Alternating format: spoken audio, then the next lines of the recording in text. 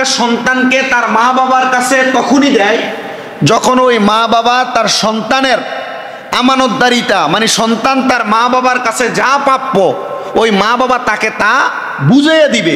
কিন্তু অনেক মা বাবা সন্তান জন্ম নেওয়ার পরে ওই সন্তানের নির্দিষ্ট পরিমাণ দায়িত্ব পালন করেন না। তার কারণ কি? তার কারণ হলো ওই মা বাবা সন্তান জন্ম দেওয়ার পরই মনে করেন যে সন্তান জন্ম দিয়েছি সে তার মতো করে চলবে। জি না, তার মতো করে চলবে না। একটা সন্তান জন্ম নেওয়ার পরে ওই সন্তানটাকে তার মা বাবা ভরণ পোষণের দায়িত্ব এমনভাবে গ্রহণ করবে, এমনভাবে সন্তানটাকে পরিচালনা করবে, ওই সন্তান ছোট থেকে 10 বছর বয়স পর্যন্ত হওয়া এই সময়টা সন্তান যখন তার প্রাপ্য হক মা বাবার কাছে পাবে, ওই সন্তান তার মা বাবাকে নির্দিষ্ট পরিমাণ সম্মান এবং নির্দিষ্ট পরিমাণ দায়িত্ব সন্তান পালন করবে। আল্লাহ তাআলা আমাদেরকে এমন দায়িত্বের উপর আমল করার তৌফিক দান করুন, জোরে বলেন আমিন। তো সন্তানদের ব্যাপারে আল্লাহ তাআলা কি বলেন? আন্নাল আওলাদা আমানাতুল্লাহি আলাইনা, একটা সন্তান তার মা বাবার কাছে আল্লাহর পক্ষ থেকে দেওয়া আমানত। সুবহানাল্লাহ নাই? একটা সন্তান তার মা বাবার কাছে আল্লাহর পক্ষ থেকে দেওয়া কি? আপনাদের যাদের ছেলে আছে, যাদের মেয়ে আছে, তাহলে এই ছেলে আপনার নয়, এই ছেলে এই মেয়ে আপনার নয়, এটা স্বাভাবিক নামে মাত্র আপনি দাবি করছেন এটা আপনার, কিন্তু এটা আল্লাহ তাআলার আমানত। জোরে পড়ি সুবহানাল্লাহ। আসেন, হাদিস শরীফের ব্যাখ্যাকারীগণ এবং মুহাক্কিক আলেমগণ বলছেন ওয়ালাহুম হুকুকুন কাসীরা, তাদের জন্য রয়েছে অনেক অধিকার। ওই অধিকারের মধ্যে ফাআলাইনা আন নাহফাযা হুকুকাহুম কামা উমিরা বিতারবিয়াতিহিম হুসনা ওয়া বিতালিমিহিম ওয়া বিতিজাহিরিম রিজকি ওয়া কিসওয়াতি গায়রিহা। হ্যাঁ, আমাদের উচিত তাদেরকে উত্তম রূপে লালন পালন করা। কাদের?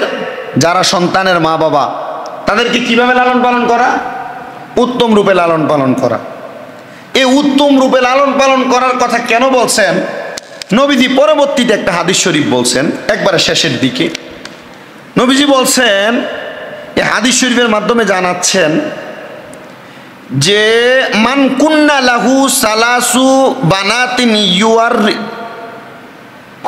ইউইহুন্না ওয়া ইয়ারহামুহুন্না ওয়া ইয়াকফুলুহুন্না ওয়াজাবাত লাহুল জান্নাতু আল বাইতাতা কিলা ইয়া রাসূলুল্লাহি ফাইন কানাত ইসনাইনি ক্বালা ওয়া ইন কানাত ইসনাতান ক্বালা ফারা বাদুল কওমি আল্লাউ ক্বালু লাহু ওয়াহিদাতান লা ক্বালা ওয়াহিদান।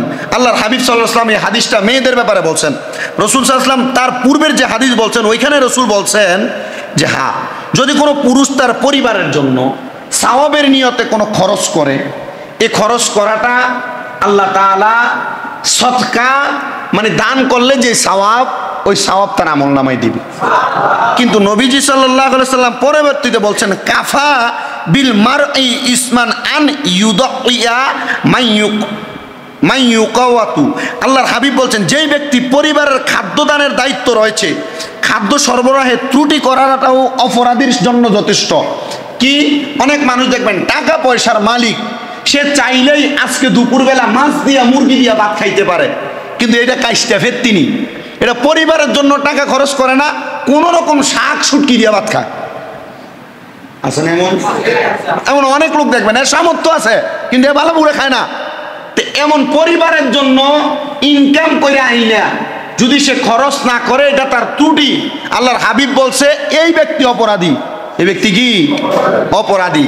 তাইলে নবীজি সাল্লাল্লাহু আলাইহি ওয়াসাল্লাম বলে দিয়েছেন যে কি, তাহলে তার সন্তানদেরকে উত্তম রূপে লালন পালন করা এটা মা বাবার কি? এই কথা কয় না কেন? দায়িত্ব। আচ্ছা, 2 নাম্বার নবীজি সাল্লাল্লাহু আলাইহি ওয়াসাল্লাম বলছেন যে তাকে শিক্ষাদান করা। আপনি যে আপনার সন্তানদেরকে শিক্ষা দিচ্ছেন না, সন্তানের বয়স এটা 9-10 বছর হয়েছে, এটা চা দোকানে দিয়ে দেয়, দেয় না? এটা কাছে দিয়ে দেয়, এটা পড়ালেখা করে না। আপনি যে এটা করলেন, 2 নাম্বার দায়িত্ব আপনি পালন করেন নাই। কোনটা? শিক্ষাদান করেন নাই। তাহলে এটার জন্য আপনি আল্লাহর কাছে জবাব দেন। আমি একবার কিন্তু বলছিলাম যে কোনো মা বাপ যদি তার সন্তানকে কোরআন শিক্ষা না দেয় তাহলে ওই সন্তান তার মার এবং তার বাবার বুকে ফাড়া দিয়া ফুলসেরাত ফাড়াইব। কথা কি বুঝতে পারছেন? আপনি যদি আপনার সন্তানদেরকে কোরআন না শিক্ষা দেন তাহলে আপনার সন্তান আপনার কোথায় পাড়া দিব? বুকে ফাড়া দিয়ে ফুলসেরাত পার হইব। হাদিস শরীফ পড়লাম। তো এই শিক্ষাদান করা এটাও কিন্তু আপনার দায়িত্ব। 3 নাম্বার, সন্তানের আহার, বস্ত্রের, কাপড়ের ব্যবস্থা করা, এগুলো হচ্ছে সন্তানের হক। তো আল্লাহ তাআলা কি বলছেন এদের ব্যাপারে? বলছে ইয়া আইয়ুহাল্লাযীনা আমানু কু আনফুসাকুম ওয়া আহলিকুম নারা, যে হ্যাঁ তোমরা ঈমানদার যারা আছো তোমরা তোমাদের নিজেদেরকে এবং তোমার আহাল পরিবারদেরকে জাহান্নামের আগুন থেকে বাঁচাও। এই আয়াতে কারিমা এখানে মুহাক্কিক আলেমগণ মুফাসসিরিনে কেরাম এই জন্য উল্লেখ করেছেন যে আপনি আপনার সন্তানকে জাহান্নামের আগুন থেকে বাঁচানোর জন্য যেই যেই শিক্ষা দেওয়া প্রয়োজন আপনি আপনার সন্তানকে সেই সেই শিক্ষা দিবেন। আর যদি আপনি শিক্ষা না দেন তাহলে আপনার সন্তান পথভ্রষ্ট হবে, জাহান্নামে যাওয়ার সম্ভাবনা আছে। যদি সন্তান জাহান্নামে যায় ওই সন্তান সর্বপ্রথম আপনি বাবাকে, আপনি মাকে অপরাধী সাব্যস্ত করবে। কারণ কি? আপনি সন্তানের নির্দিষ্ট পরিমাণ দায়িত্ব পালন করেন নাই। যদি করতেন ওই সন্তান জাহান্নামী পথে যাইতো না, অবাধভাবে চলাফেরা করতো না, পালটভাবে চলাফেরা করতো না। এই যে দেখেন রাস্তায় ছেলেরা, রাস্তায় মেয়েরা অবাধভাবে চলাফেরা করে, রাস্তায় ছেলেরা সিগারেট খায়, রাস্তায় অবাধ চলাফেরা, মুখের ভাষা খারাপ করে, এগুলোর জন্য কিন্তু তার মা বাবাও দায়ী। কেন? তার মা বাবা তাকে উত্তমভাবে পরিচালনা করতে পারে নাই বিদায় এই সন্তান অবাধ খারাপভাবে চলাফেরা করে। আল্লাহ তাআলা আমাদের সন্তানদেরকে উত্তম শিক্ষা দেওয়ার তৌফিক দান করুন, পড়ে না আমিন। নবীজি সাল্লাল্লাহু আলাইহি সাল্লাম আল্লাহ তাআলার কোরআনুল কারীম থেকে হযরতে জালালউদ্দিন মুহুল্লি রহমাতুল্লাহ আলাইহি উনি ওনার তাফসীরে জালালাইন শরীফের মধ্যে সূরা বাকারার 233 নম্বর আয়াতের তরজমা করতেছেন। উনি বলছেন যে মায়েরা তাদের সন্তানদেরকে, আপনাদের কি কষ্ট হচ্ছে নাকি? আপনারা ডাইনে বামে তাকেন না, মানুষ আসে জুমার দিন কেউ আগে কেউ পরে আসে, তো এটা নিয়ে পিছনের দিকেও তাকানোর কোনো কারণ নাই, ডাইনে বামে তাকানোর কথা বলার কোনো কারণ নাই, শুধু কথাটা একটু মনোযোগ দিয়ে শোনার চেষ্টা করেন। অনেক মা বোন আছে না, সন্তানরে মনে করেন 6 মাস 7 মাস দুধ খাওয়ানোর পরে এটার ফিডার ধরাইয়া দেয়, দেয় না? ফিডার ধরাইয়া দেয় না? ফিডার ধরাইয়া দেয়, এরপরে আলগা খাওয়ায়, আছে না এমন খাওয়ান। তো এটার জাস্টিফাই করে আমি কয়েকটা ডাক্তারি বিজ্ঞাপন আমি সোশ্যাল মিডিয়ায় স্বাস্থ্য এবং স্বাস্থ্য রক্ষার প্রতিকার অনেকগুলা ইউটিউবের মধ্যে এবং বিভিন্ন মিডিয়ার ভিতরে টিভি চ্যানেলের মধ্যে দেখবেন, এগুলার অনেক মারা কিভাবে তাদের সন্তান লালন পালন করবে আমি এগুলা দেখছি। তো দেখলাম মারা তাদের সন্তানকে দুধ খাওয়ানো বন্ধ করে দেওয়ার কারণ হইল ওনাদের শরীরের ফিগার, স্বাস্থ্য বা দেখার সৌন্দর্য নষ্ট হয়ে যাবে, এই জন্য সন্তানকে তার নির্দিষ্ট পরিমাণ দায়িত্ব পালন করে দুধ খাওয়ায় না। কথা বুঝতে পারছেন? এই জন্য খাওয়ায় না। কিন্তু আল্লাহর কোরআন ওই যে সূরা বাকারার 233 নম্বর আয়াতের তরজমা জালালউদ্দিন সুয়ুতী রহমাতুল্লাহ আলাইহি বলছেন মায়েরা তাদের সন্তানদেরকে পূর্ণ 2 বছর বুকের দুধ পান করাবে, মানে 24 মাস। কয় মাস? 24 মাস। ডাক্তাররা পরামর্শ দিচ্ছে 24 মাস দুধও পান করাবে। যদি বাচ্চার এই দুধে তার পেট না ভরে তাইলে পাশাপাশি অন্য খাবার দিবে, পাশাপাশি। আর মারা বর্তমানে পাশাপাশি অন্য খাবার খাওয়ায়, পাশাপাশি মন চাইলে দুধ পান করা, ঠিক আছে না? এটা করা যাবে না। এই জন্য আল্লাহ ঘোষণা করছেন যে একটা সন্তানকে তার মা পূর্ণ 2 বছর দুধ পান করাবে। কয় বছর? পূর্ণ 2 বছর দুধ পান করাবে। তো দুধ পান যদি আপনি 2 বছর আপনার স্ত্রী না করায়, ওই ফুদ যদি বড় হওয়ার পর তার মার সাথে খারাপ আচরণ করে, মনে করবেন যে তার মা তার দুধ পান করানোতে কোনো ত্রুটি ছিল, দুধ পান করানোতে কোনো ত্রুটি ছিল, আর নচেত তার মা তার পরিপূর্ণ দুগ্ধ পান করায় নাই। নেশা করে যদি করে এটা আলাদা, কারণ নেশা করার কারণে এটা পাগল হয়ে গেছে অলরেডি। আচ্ছা, নবীজি সাল্লাল্লাহু আলাইহি ওয়াসাল্লাম এই আয়াতে কারিমার মাধ্যমে জানাচ্ছেন যদি তার মা বাবা এই দুধ পান করানোটাকে পুণ্য করতে চায়, আর পিতার উপর দায়িত্ব হলো ন্যায়সঙ্গতভাবে তার সন্তানকে আহার এবং বস্ত্রের ব্যবস্থা করা। একটা বাপের দায়িত্ব হইল ন্যায়সঙ্গতভাবে। কিভাবে? আবার উত্তর দিয়েন। একটা পিতার দায়িত্ব, কোরআনের আয়াত কিন্তু সূরা বাকারা 233 নম্বর আয়াত। একটা বাবার দায়িত্ব হলো সন্তানকে ন্যায়সঙ্গতভাবে বস্ত্র এবং আহারের ব্যবস্থা করা। কিভাবে ন্যায়সঙ্গত না, আর এটি তো বাবা কিভাবে খাওয়ানো, একটা ন্যায়সঙ্গত একটা অন্যায় ভাবে খাওয়ানো। পিতা দোকানদারি করে, পিতা রিক্সা চালায়, পিতা অটো চালায়, পিতা বিদেশ থাকে, পিতা বিভিন্ন কর্ম করে।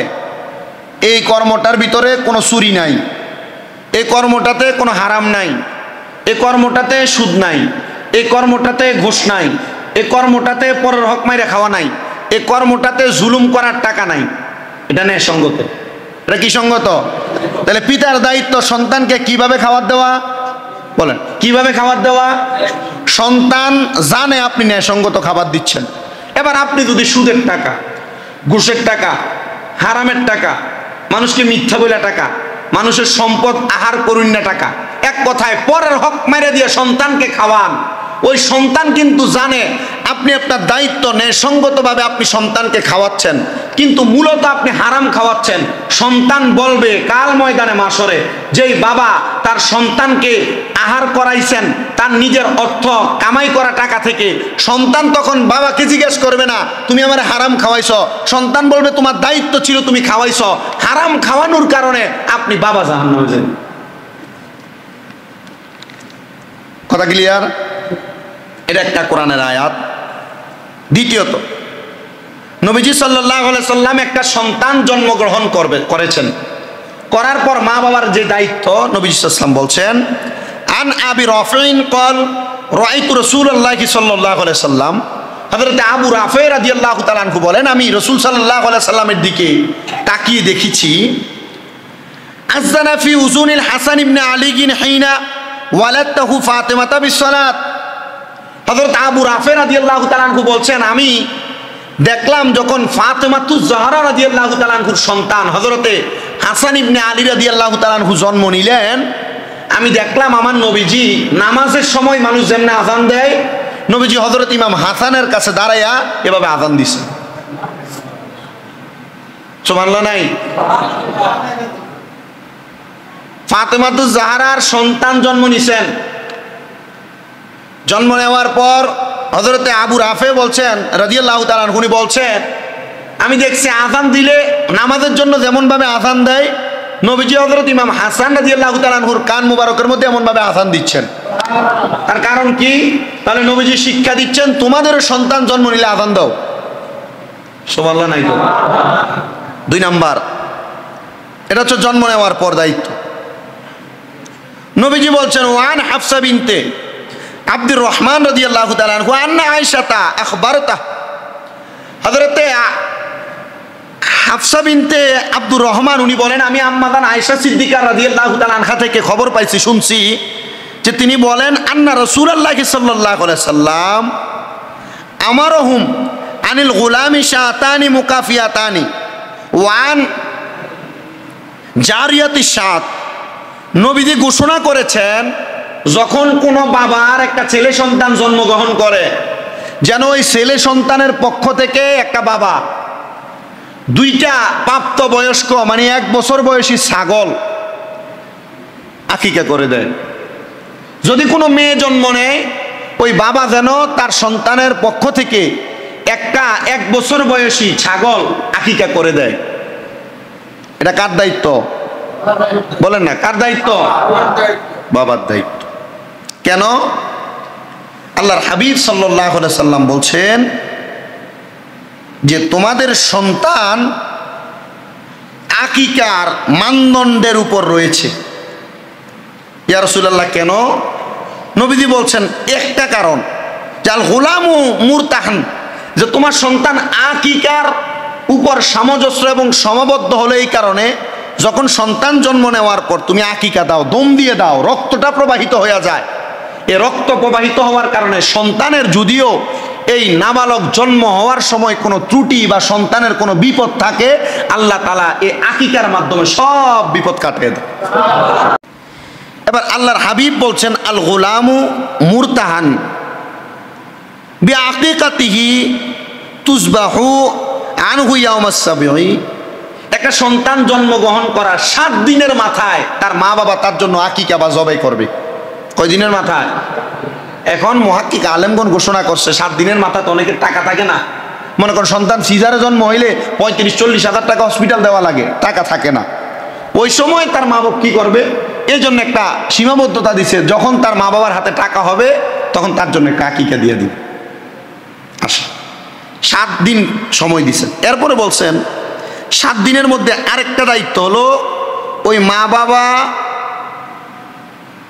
ইয়ামুসাবিঈ ওয়া ইউসাম্মি, ওই মা বাবার সন্তানের 7 দিনের মধ্যে একটা নাম রেখে দিবে। কয় দিনের মধ্যে নাম রাখবে? ওয়া ইউহলাকু রাসুহু, ওই সন্তানের 7 দিনের মধ্যে মাথার চুলটি কামাইয়া দিবে। এটা কার দায়িত্ব? মা বাবার দায়িত্ব। 7 দিনের মধ্যে কি করবে? চুল কামাবে, নাম রাখবে, সামর্থ্যবান হলে আকিকা দিবে। ঠিক আছে না? এটা হচ্ছে 7 দিনের মধ্যে দায়িত্ব। এবার নবীজি বলছেন মুরু আওলাদাকুম বিসসালাতি ওয়া হুম আবনাউ 7 সিনিন, যখন তোমার সন্তানের বয়স 7 বছর হয়ে যাবে তখন থেকে তুমি তোমার সন্তানকে নামাজের জন্য ডাকতে থাকবা। কয় বছর? নবীজি বলছেন ওয়াদরিবুহুম আলাইহা ওয়া হুম আবনাউ 10, যখন তার 10 বছর হয়ে যাবে তখন তুমি তার নামাজের জন্য মারবা। কি করবা? আপনি মারেন ফুতেরে, ধমকই তো দেন না, আপনি ধমক দিবেন কেন? এখন আপনি যদি করেন এই নামাজে যা, ফুতে যদি উল্টে তুমি পড়নি আমার যে কও, কথা ঠিক আছে না? উল্টে যদি কর তখন আপনার মুখ থাকবো কই? এই ডরে আপনি কইতে পারেন না। তাহলে 10 বছর বয়স হলে কি করবা? মারবা। তো এই হাদিস শরীফটা আপনার কাছে এটা জানলো না যে 7 বছর বয়সে নামাজের কথা কইতে কইতে 10 বছর বয়সে মারার কথা বলছে, তো নবীজি এই মাঝখান দিয়ে 3 বছর বাকি রাখলো কেন? এই নবীজি কি জানেন না?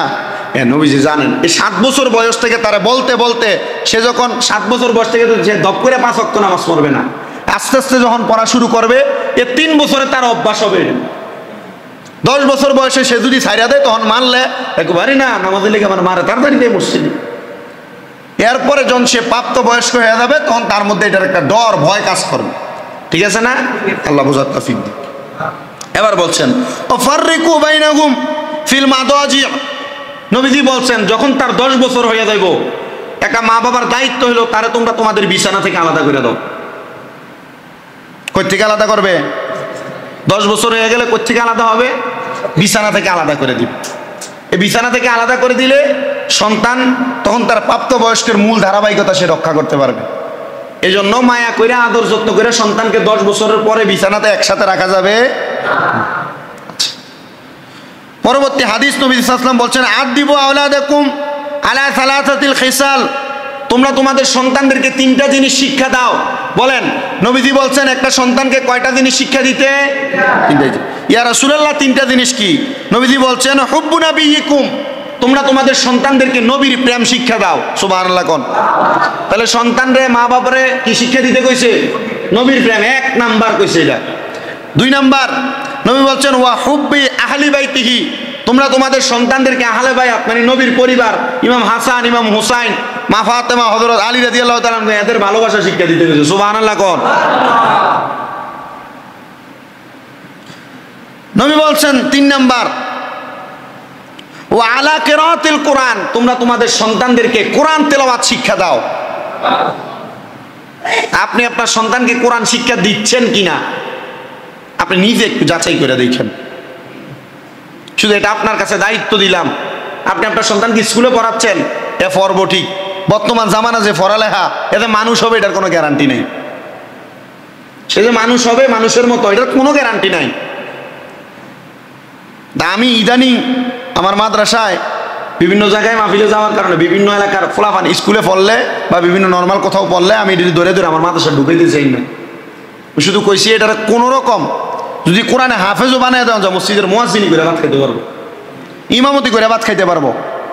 আর এমনি নর্মাল পড়ালেখা করবো 6, 7, 8 পর্যন্ত পড়া তখন দেখবো কোনো কাম হয় না, ফোলারে দেখতে গায়ে গোড়া দেখা যায়। ও যা কাম কর কি ঠিক আছে, তবে যা কাম কর এইগুলো কাম করবো, টাকার মুখ দেখে গেছে, এখন আর মা বাপের আসো হয়ে লাগতো না। কথা কি বুঝতে পারছেন? এই জন্য সন্তানরা আপনি নির্দিষ্ট পরিমাণ যে শিক্ষাটার কারণে হচ্ছে আদব শিক্ষা গ্রহণ করবে এটা একটু করানোর চেষ্টা করেন। তাহলে তিনটা শিক্ষা: 1 নাম্বার নবীর ভালোবাসা, তার পরিবারের ভালোবাসা; 3 নাম্বার কোরআন শিক্ষা দেওয়া। নবীজি বলছেন পরবর্তী হাদিস, এক ব্যক্তি নবীজির কাছে আসছেন। ক্বালা জা আরবী ইলা নবী সাল্লাল্লাহু আলাইহি সাল্লাম, আরবী এক ব্যক্তি নবীজির কাছে আইসা প্রশ্ন করছি, ইয়া রাসূলুল্লাহ, আপনার কাছে জানতে চাই, ফাকালা তুকাব্বিলুনা সিবিয়ানা ফামা নুকাব্বিলুহুম, ইয়া রাসূলুল্লাহ, আপনারা কি আপনাদের ছোট ছোট বাচ্চাদেরকে চুমু দেন, আদর করেন? এক ছোট গ্রামের আরবী ব্যক্তি প্রশ্ন করছে। তো নবী সাল্লাল্লাহু আলাইহি ওয়াসাল্লাম উত্তর দিছে যে, ফাকালা নবী সাল্লাল্লাহু আলাইহি ওয়াসাল্লাম আওয়া আমলিকু লাকা ইন্না যাআল্লাহু মিন ক্বাবলিকার রাহমা। নবী সাল্লাল্লাহু আলাইহি ওয়াসাল্লাম উত্তর দিছে, হ্যাঁ আমরা চুমু দেই, কিন্তু আমরা, ওই ব্যক্তি বলছে আমরা তো চুমু দেই না। তো নবীজি বলছে, আওয়া আমলিকু লাকা ইন্না নাযাআল্লাহু মিন ক্বাবলিকার রাহমা, আল্লাহ যদি তোমার অন্তর থেকে রহমত ছিনিয়ে দেয় তো আমি কি করব? আরবি ব্যক্তি নবীরে প্রশ্ন করছে, আপনি ছোট বাচ্চাদেরকে আদর করেন কিনা, চুমু দেন কিনা কপালে?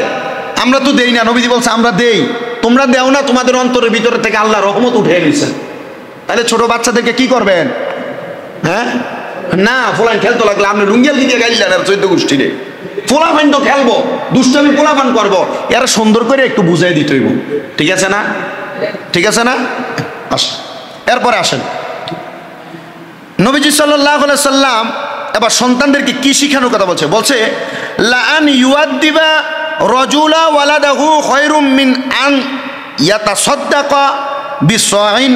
নবীজি সাল্লাল্লাহু আলাইহি সাল্লাম বলছে, একজন পুরুষ তার সন্তানদেরকে আদব শিক্ষা দিবে। কি মনে করেন আপনার ছেলে আপনার পাশে বসে, আপনি ফুতের সামনে খান সিগারেট, কথা কি বুঝতেছেন আপনারা? এই ছেলের সামনে আপনার বউরে আপনি যত রকমের গালাগালি আছে আপনি এগুলা করেন। আবার আপনি বাপ এই ছেলের দাদার সামনে, মনে করেন আমার ছেলে, আমি আমার বাপের সামনে গালাগালি করতেছি, তখন আপনার ছেলে আপনার সামনে আরেকজনের গালি দিব। এমন কোন ভুল, এমন কোন বেয়াদবি, চলার পথে উল্টাপাল্টা চলাফেরা, এগুলা বাদ দিয়ে ছেলেটার আদব ভদ্রতা যে কাজটা করলে আপনি এটা শিক্ষা দিবেন। নবীজি বলছেন এটা শিক্ষা দিলে কি হইব? নবীজি বলছেন, ওয়ালাদাহু খায়রুম মিন আন ইয়াতাসাদ্দাকা বিসাইন, 4 কেজি পরিমাণ আল্লাহর রাস্তায় দান করলে যেই সওয়াব, একটা সন্তানরে একটা আদব শিক্ষা দিলে এই সওয়াব। আপনার ছেলে রাস্তায় হট করে ফু করে থুতু ফালাই দিছে, আপনি আপনার ছেলেরে বইলা দিবেন, বাবা এভাবে ফালাইও না, রাস্তার ধারে যাইয়া কেউ নাই, এরপরে আস্তে ধীরে থুতু ফালাইবা, এটা একটা আদব। আপনিও চলে গেলেন, আপনার ছেলেও চলে গেল, রাস্তার মুরব্বী চলে যায়, ছেলে সালাম দিল না, বাবা এখন থেকে যাকেই রাস্তায় দেখবা তাকেই সালাম দিবা, এটা আদব। আপনার ছেলে আপনার স্ত্রীর সাথে বড় গলায় কথা বলছে, বাবা বড় গলায় কথা বলো না, এটা বেয়াদবি, মার সাথে ভদ্রতা বজায় রেখে কথা বলবা, এটা আদব। নবীজি বলছে এমন একটা আদব শিক্ষা দেওয়া, এই আদব শিক্ষা দিলে, একবার একটা আদব শিক্ষা দিলে 4 কেজি আল্লাহর রাস্তায় দান করলে যে সওয়াব, তেমন সওয়াব পাই। আসেন, নবীজি সাল্লাল্লাহু আলাইহি ওয়াসাল্লাম বলছেন পরবর্তী হাদিস,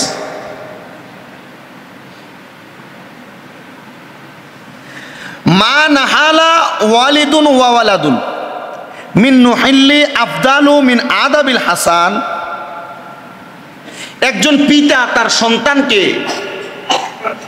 সুশিক্ষা দেওয়ার চাইতে উত্তম কোনো দান হইতে পারে না। আপনি আল্লাহর রাস্তায় লাখ লাখ কোটি কোটি টাকা দান করেন, কিন্তু আপনার ছেলেটা উত্তম শিক্ষায় শিক্ষিত না। কি শিক্ষা? একটা শিক্ষা আর একটা উত্তম শিক্ষা। তাই আপনি আপনার সন্তানকে উত্তম শিক্ষা দিলে যে সওয়াব পাইবেন, কোটি কোটি টাকা দান করলে সওয়াব পাইবেন না। সুবহানাল্লাহ কোন? আমি কিন্তু সন্তানের অধিকার সম্পর্কে বলছি। উত্তম শিক্ষা যে মা বাবা সন্তানরে দেয়, আদব শিক্ষা যে সন্তান মা বাপরে দেয়, এ মা বাপ বুড়া হয়ে গেলে যত কিছু হোক বৃদ্ধাশ্রমে যাওয়া লাগবে না, এ মা বাপ জুদা হওয়া লাগবে না, আলাদা হওয়া লাগবে। নবীজি বলছেন,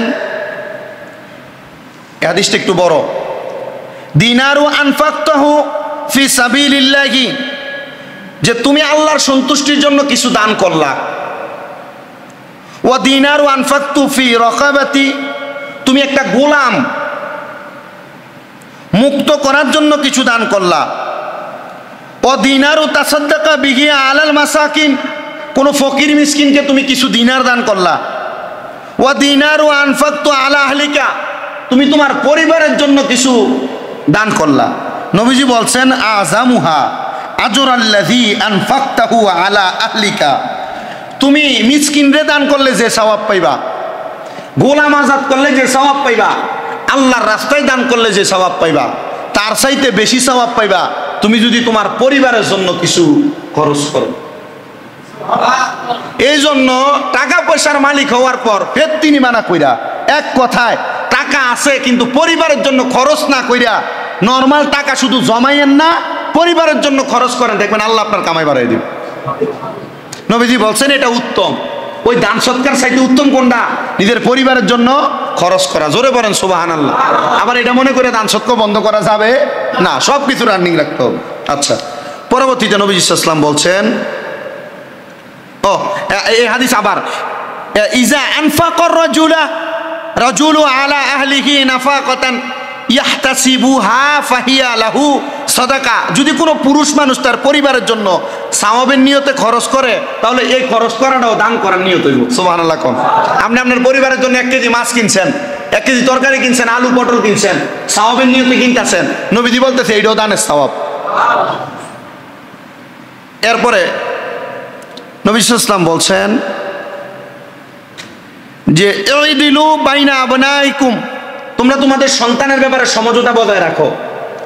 অনেকে দেখবেন ওই মাইয়া সন্তান হইলে এটার অবহেলা করে, এমন আছে না অনেকে, মাই হয়েছে কি লেগে এটার ফালতার খরচ বেশি, বিয়া দিতে খরচ, চালাইতে খরচ, বা ছেলে সন্তান দুইটা হইলে যেটা মনে করেন ইনকাম করে দেয় এটারে ভালোবাসে, আর যেটা নর্মালি চলে এটার ভালোবাসে। অনকালের সমাজে একটু উল্টা, ওই যেটা একটু উল্টা ফাল্টা চলে ইনকাম করি নাটার থেকে হেটার একটু ভালোভাবে চালা, ঠিক আছে না? মা বাপ হেটা ইনকাম করি নাটার থেকে লইয়া উল্টা ফাল্টা চলি নাটারে দেয়। এই জন্য আল্লাহ রসুল বলছে তোমরা তোমাদের সন্তানের ব্যাপারে কি করো? আদল করো, ইনসাফ করো। করে না? এমন করে না? মানে ইনকাম যেটা করে এটার থেকে নিয়ে যেটা বাদাইম্যা এটার চালা। আমি আমার কাছে প্রমাণ আছে তো কয়েকটা, আমার রানিং প্রমাণ আমার সাথে চলে, আমার কাছে অনেকগুলো আছে। এই জন্য এগুলা করেন না, এগুলা করলে আপনারা মা বাবা জালেমের অন্তর্ভুক্ত হয়ে কবর উঠবেন। যে আপনার সন্তান যেটা ইনকাম করে এটা যেমন চলে, যেটা নর্মালি চলে সেটা তার মতো চলবে, দুটোটার ব্যাপারে ইনসাফ করবেন। তবে এই হাদিস শরীফ এই জন্য বলা হয়েছে, অনেক মা বাবা মৃত্যুবরণ করার আগে যে জায়গা সম্পদ ভাগ করে দেয়, সুডুটা এটা সুডু দেখে এটার একটু বেশি দেয়, এমন করেন আছে না? এটা সুডু দেখে এটার একটু বেশি দেয়, আবার এটা বড় দেখে এটার একটু কম দেয়, বা এটা ইনকাম করে এলাকে তার একটু কম দিচ্ছি, তুই তো কামাই করছে এলাকে তোর একটু কম, এতে কামাই টামাই করে না তার একটু বাড়াই দিচ্ছি, ছেলে মেয়ে লুয়ে খাইবো, বা তার ফুদ বেশি, নাতি নাতকুর বেশি, এটারে বাড়াই দেয় না, এটা করা যাবে। নির্দিষ্ট পরিমাণ সন্তানদের মাঝে সমঝোতা বজায় রাখতে হবে। আল্লাহ রসুল বলছে তোমরা তোমাদের সন্তানের মাঝে দিলু বাইনা আবনাইকুম, তোমরা তোমাদের সন্তানের মাঝে সমতা বজায় রাখো। পরবর্তীতে মেয়ে সন্তানদের ব্যাপারে নবীজি যেটা বলছে, হাদিস শরীফটা আগে তেলাওয়াত করছে, অনুবাদ করি নাই। মান কুন্নালা উসালাসুন বানাতি ইউআউই হুন্না ওয়া ইয়ারহামুহুন্না ওয়া ইয়াকফুলুহুন্না ওয়াজাবাত লাহু জান্নাতুল বাইতি জান্নাতুল বাত্তাতা। আল্লাহর হাবিব সাল্লাল্লাহু আলাইহি ওয়াসাল্লাম বলছে, যে ব্যক্তি 3টা কন্যা সন্তান আছে এবং তার আশ্রয় দেয়, স্নেহ করে, তার ভরণ পোষণ দেয়, আল্লাহর হাবিব সাল্লাল্লাহু আলাইহি ওয়াসাল্লাম বলছেন তার জন্য জান্নাত নিশ্চিত। কয়টা কন্যা? তাহলে তারে কি দিতে হইব? 1 নাম্বার আশ্রয়, 1 নাম্বার কি দিতে হইব, 2 নাম্বার স্নেহ করতে হইব, 3 নাম্বার ভরণ পোষণ দিতে হইব। এখন আপনার কন্যা হয়েছে 3টা, এটি আসে ঠিক, কিন্তু এটি এলাকার ভিতরে যখন ঘুরে মাথা চুল এটি ছাইড়া দিয়ে আড়ে, যখন বাজারে দা মনে হয় যে বাজারে এবিডি লেগে। কথা কি বুঝতে পারতেছেন? আপনার মেয়ে, এর মাঝে কোনো পর্দা নাই, ইসলাম নাই, আদল নাই, ইহসান নাই। তো যেমন আল্লাহ রসুল বলছে যে 3টা কন্যা জাত থাকবো, তার স্নেহ করব, ভরণ পোষণ দিব এবং আশ্রয় দিব, তার জন্য জান্নাতে দেব। যদি তারা এমনভাবে পর্দা না করায়, ওই বাপে মাইয়ের কারণে দোজখ হয়ে যায়। কথা কি বুঝতে পারছেন? তো নবীজি বলছে তোমরা তোমাদের কন্যা সন্তানদেরকে এগুলা করো, তাহলে তুমি জান্নাতে যাইবা। তো এক সাহাবী প্রশ্ন করছে, কি লা ইয়া রাসূলুল্লাহ, ফাইন কানাত ইসনাতাইন, যদি আমার 2টা মাইয়া হয়? নবী সাল্লাল্লাহু আলাইহি ওয়াসাল্লাম বলছে, ক্বালা ওয়াইন কানাত ইসনাতান, 2টা হইলেও, ক্বালা ফারা, যদি 2টাও হয় তাহলে তুমি জান্নাতে যাবে। তো এক সাহাবী প্রশ্ন করছে, আরে 2টার ব্যাপারে কইলো, আমার তো মাই হইলো একটা, মানে আমি কি কইরাম? মনে হচ্ছে ক্বালা ফারা বাদুল কওমি আল্লাহ ক্বালু লাহু ওয়াহিদুন লাক ওয়াহিদাতান লাকালা ওয়াহিদাত, যে যদি তার কাছে আল্লাহ রসুলের কাছে একটা মাইয়ের ব্যাপারে প্রশ্ন করতো, নবীজি এটাই বলতো, যার একটা মাইয়া তারও একটা জান্নাত। তবে মাইয়াটারে ফালতে হইব কেমনে সিদ্ধান্ত আপনার, ভালোভাবে ফাললে জান্নাত, আর উল্টা ফাল্টা মাইয়া হয়ে গেছে এমনি ফালবেন আপনার মাইয়া চলে ফোলাফাইনের মতো ফিডেও কবরে আপনার দিন। আল্লাহ আমাদেরকে বাঁচার তৌফিক দান করুন, জোরে বলেন আমিন। আচ্ছা, পরবর্তী কোরআনুল কারীমের আয়াত সূরা তুরের 21 নম্বর আয়াতের মধ্যে আল্লাহ তাআলা এই আয়াতে কারিমার অনেক সুন্দর একটা ব্যাখ্যা আমাদের জন্য রাখছেন। এটা তর্জমা হলো, যারা ঈমান আনে, ঈমানদার ব্যক্তি যারা, তারা যেন তাদের সন্তান সন্ততির ঈমানের দিকে অনুগামী করে। আপনাদের যাদের সন্তান আছে, আপনারা ঈমান আনছেন, এটা আপনারা বিশ্বাস করেন। আপনি নামাজ পড়েন, আপনার ভূতে পড়ে না। আপনি নামাজ পড়েন, আপনার জিয়ে পড়ে না। আপনি যেই পথে আছেন ঈমানের পথে, আপনি আপনার সন্তানকে ঠিক এদিকে এই পথে টাইনে আনবেন। এবং এগুলা যদি করে, নবী সাল্লাল্লাহু আলাইহি ওয়াসাল্লাম বলছে, আমি তার কর্মফলের মধ্য থেকে কিছু কমাবো না, তার কর্মফল নির্দিষ্ট পরিমাণ তাকে দিব, মানে সে জান্নাতে যাবে। এই জন্য আমার প্রত্যেক মুসল্লি এখানে যারা আছেন, সন্তানের দায়িত্বের ব্যাপারে বলছি, আপনি এই প্রত্যেকটা দায়িত্ব যদি আপনার সন্তানের জন্য নির্দিষ্ট পরিমাণভাবে আদায় করেন, এই সন্তান পথভ্রষ্ট হওয়ার সম্ভাবনা নাই, এই সন্তান আপনার অবাধ্য হওয়ার সম্ভাবনা নাই। আর যদি আপনি এই দায়িত্বগুলো পালন করেন, আপনার সন্তান আপনাকে যদি তার প্রাপ্তবয়স্ক হওয়ার পর দায়িত্ব পালন নাও করে, আপনার সন্তান যদি দায়িত্ব পালন নাও করে, আপনি আল্লাহর কাছ থেকে এটার কর্মফল পাবেন, আল্লাহর কাছ থেকে এটার বিনিময় পাবেন। আল্লাহ তাআলা আমাকে বোঝানোর পর আমাকেও আমলে জিন্দিগিতে বাস্তবায়ন করার, আপনাদেরকেও বাস্তবায়ন করার তৌফিক দান করুন, জোরে পড়েন আমিন। ওয়া আখিরু দাওয়ানা আলহামদুলিল্লাহি রাব্বিল আলামিন।